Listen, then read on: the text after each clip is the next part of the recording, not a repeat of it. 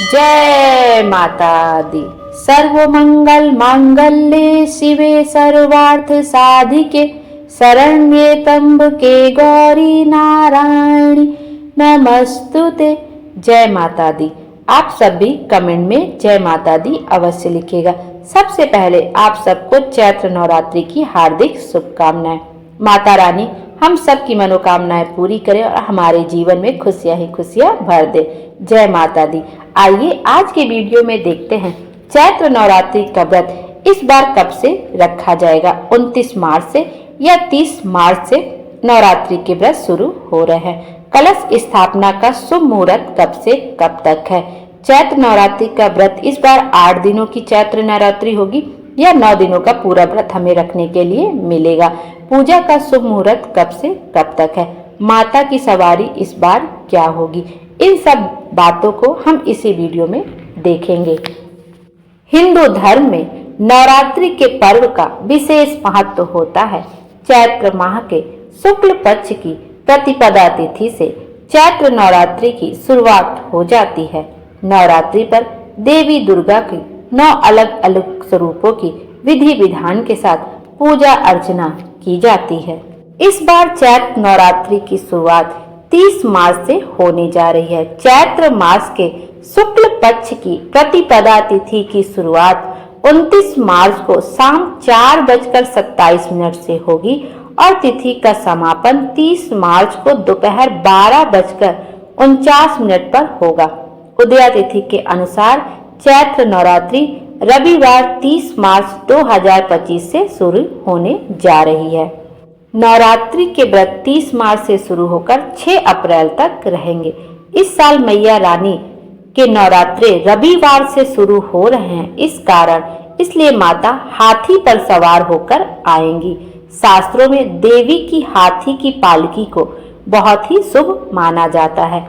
नवरात्रि का शुभारंभ प्रतिपदा तिथि पर घट स्थापना यानी कलश स्थापना के साथ होता है। नवरात्रि की घट स्थापना में देवी माँ की चौकी लगाई जाती है और 9 दिनों तक मैया के 9 अलग अलग स्वरूपों की उपासना की जाती है। कलश को भगवान विष्णु का प्रतीक माना जाता है। माँ दुर्गा की पूजा करने से पहले कलश की पूजा विधि विधान के साथ की जाती है। नवरात्रि में माँ दुर्गा के 9 स्वरूपों की विधि विधान से पूजा अर्चना करने का मान्यता है। माँ दुर्गा की सवारी वैसे तो शेर है, लेकिन जब वह धरती पर आती हैं तो हर बार उनकी सवारी हर नवरात्रि पे बदल जाती है। इस बार माँ की सवारी हाथी होगी। इस बार चैत्र नवरात्रि 8 दिनों की ही होगी। आइए अब देखते हैं घट स्थापना का शुभ मुहूर्त कब से कब तक है। सबसे पहले घट स्थापना का शुभ मुहूर्त है आपका 30 मार्च को सुबह 6:13 से लेकर सुबह 10:22 तक रहेगा, जिसकी अवधि 4 घंटे 8 मिनट की रहेगी। 30 मार्च को है सबसे पहले शुभ मुहूर्त 6:13 से लेकर सुबह 10:22 तक रहेगा, जिसकी अवधि आपकी 4 घंटे से 4 घंटे 8 मिनट की रहेगी। और दूसरा आपका शुभ मुहूर्त है अभिजीत मुहूर्त। दोपहर में 12:01 से लेकर 12:50 तक अभिजीत मुहूर्त रहेगा। इसमें भी आप घट स्थापना कर सकते हैं, कलश स्थापना कर सकते हैं। चैत्र नवरात्रि की पूजन विधि। घट अर्थात मिट्टी का घड़ा होता है। इसे नवरात्रि के पहले दिन शुभ मुहूर्त के हिसाब से स्थापित किया जाता है। घट को घर के ईशान कोण में स्थापित करना चाहिए। घट में पहले थोड़ी सी मिट्टी डालें, फिर जौ डालें, फिर इसका पूजन करें। जहां घट स्थापित करना है उस स्थान को साफ करके वहां पर एक बार गंगा जल छिड़क कर उस जगह को शुद्ध कर ले। उसके बाद एक चौकी पर लाल कपड़ा बिछाएं। फिर माँ दुर्गा की तस्वीर स्थापित करें या आपके पास कोई छोटी सी मूर्ति हो आप उसको भी स्थापित कर सकते हैं। एक तांबे के कलश में जल भरे, उसके ऊपरी भाग पर एक मौली बांधे। जो कलश होता है, जो उसका मुख होता है, उस पर मौली जरूर बांधनी चाहिए। मौली हो गया, कलावा हो गया, आप उस पर बांधे। उस कलश में आपको सिक्का, अक्षत, सुपारी, लौंग, दूर्वा आपको अवश्य डालना चाहिए कलश के अंदर। अब कलश के ऊपर आम के पत्ते रखने चाहिए और उस नारियल को लाल कपड़े से लपेट, जो आपको नारियल उसके ऊपर रखना है उसके ऊपर लाल कपड़ा लपेट कर रख दीजिए, या कोई चुनरी हो वो लपेट कर रख दीजिए। कलश के आसपास फल फूल मिठाई और प्रसाद रखें। फिर कलश स्थापना पूरी करने के बाद माँ की पूजा अर्चना करनी चाहिए। उसके बाद जब आप माँ का पूजा अर्चना कर ले, उनको आप फूल पहना दीजिए, फूल समर्पित कर दीजिए, फूलों की माला पहना दीजिए, रोली है सब समर्पित कर दीजिए। उसके बाद उनको सिंदूर चढ़ा के आप अपनी मांग में भी सिंदूर ले सकते हैं। उसके बाद आपको माँ दुर्गा की दुर्गा सप्तशती के अध्यायों का भी श्रवण अवश्य करना चाहिए। उसके बाद आरती कर ले, जो भी आपने भोग माँ को लगाया है वो खुद भी ग्रहण करें और सबको प्रसाद के रूप में बांट दें। इस बार चैत्र नवरात्रि पर बहुत ही शुभ संयोग भी बन रहा है। इस वर्ष चैत्र नवरात्रि रेवती नक्षत्र और इंद्र योग में शुरू हो रहा है। रविवार को नवरात्रि की शुरुआत होने से माँ दुर्गा का आगमन हाथी पर हो रहा है और इनकी विदाई भी हाथी पर ही होगी। 7 अप्रैल को विजयदशमी मनाई जाएगी, जबकि 6 अप्रैल को अष्टमी और नवमी तिथि एक साथ होगी। रविवार होने की वजह से इस बार माँ की विदाई भी हाथी पर ही होगी। ऐसे में हाथी पर माँ का आगमन और विदाई बेहद शुभ माना जाता है, जो उन्नति, आर्थिक प्रगति और सुख समृद्धि का प्रतीक होता है। नवरात्रि के पावन दिनों में हमें अपने घर से इन फालतू के सामानों को भी घर से बाहर निकाल देना चाहिए, क्योंकि जब माता रानी का आगमन होता है और हमारे घर में ये कुछ चीजें हैं जो घर में नकारात्मक ऊर्जा पैदा कर सकती हैं। ऐसे में नवरात्रि से पहले सफाई के दौरान इन चीजों को घर से बाहर निकाल देना चाहिए, वरना घर में धन की हानि का भी सामना करना पड़ सकता है। आइए देखते हैं वो क्या चीजें हैं जिन्हें हमें घर से अपनी सफाई के दौरान माता रानी के आगमन से पहले ही घर से बाहर निकाल देना होता है।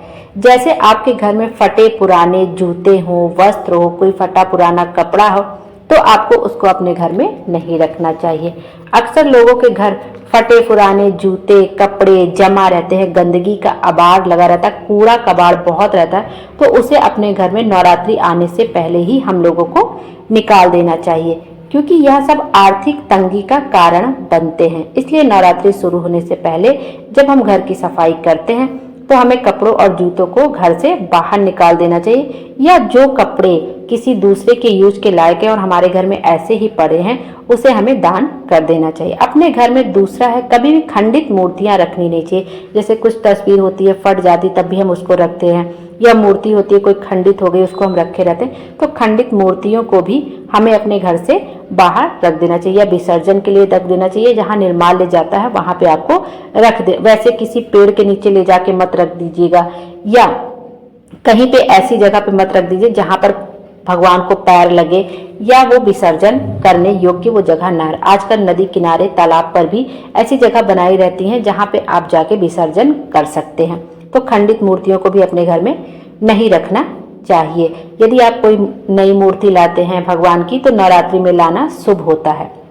सूखे हुए जैसे पेड़ पौधे होते, जो बहुत ज्यादा पेड़ पौधे सूख गए हैं, एकदम डंडाल खड़ी है, आपने उसको अपने घर में रखा हुआ है, तो उसको हटा दीजिए। उसकी जगह पे अच्छे और नए पेड़ लगाइए, और जब वो पेड़ बड़े हो जाए उनको थोड़ा आप बड़ा करिए नवरात्रि के दिनों में, तो आप उसको कहीं अच्छी जगह पे भी जाके लगा सकते हैं, किसी बाग बगीचे में भी लगा सकते हैं। और छोटे छोटे पौधे हैं तो अपने घर में भी उनको लगा सकते हैं। और यदि आप बड़े पौधे लगाना चाहते हैं तो घर में पहले उनको अच्छे से बड़ा कर लीजिए। जैसे बेलपत्र का वृक्ष है, बेलपत्र के वृक्ष को आप पहले अपने घर में बड़ा करिए, कम से कम इतना बड़ा तो करिए कि जब आप बाहर कहीं पर उसको लगाइए तो कोई पशु उसको नुकसान ना पहुंचा पाए, जानवर कोई उसको नुकसान ना पहुंचे। पेड़ लगाने का कोई फायदा नहीं होता, हम जाते हैं बाग बगीचे में लगा के चले आते हैं और जानवर उसको नुकसान करके चले जाते हैं। तो इतना बड़ा कम से कम अपने घर में उसको कर लीजिए, उसका सेवा जतन करके, कि जब आप बाहर उसको लगाएं तो वो पेड़ पौधा सरवाइव कर जाए। तो इस तरह से हमें कुछ चीजें जरूर से जरूर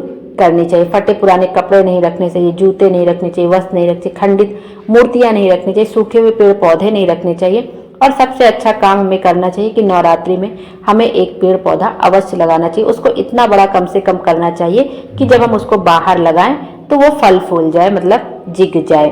और तामसिक चीजों का उपयोग नहीं करना चाहिए। झूठ नहीं बोलना चाहिए, क्लेश नहीं करना चाहिए।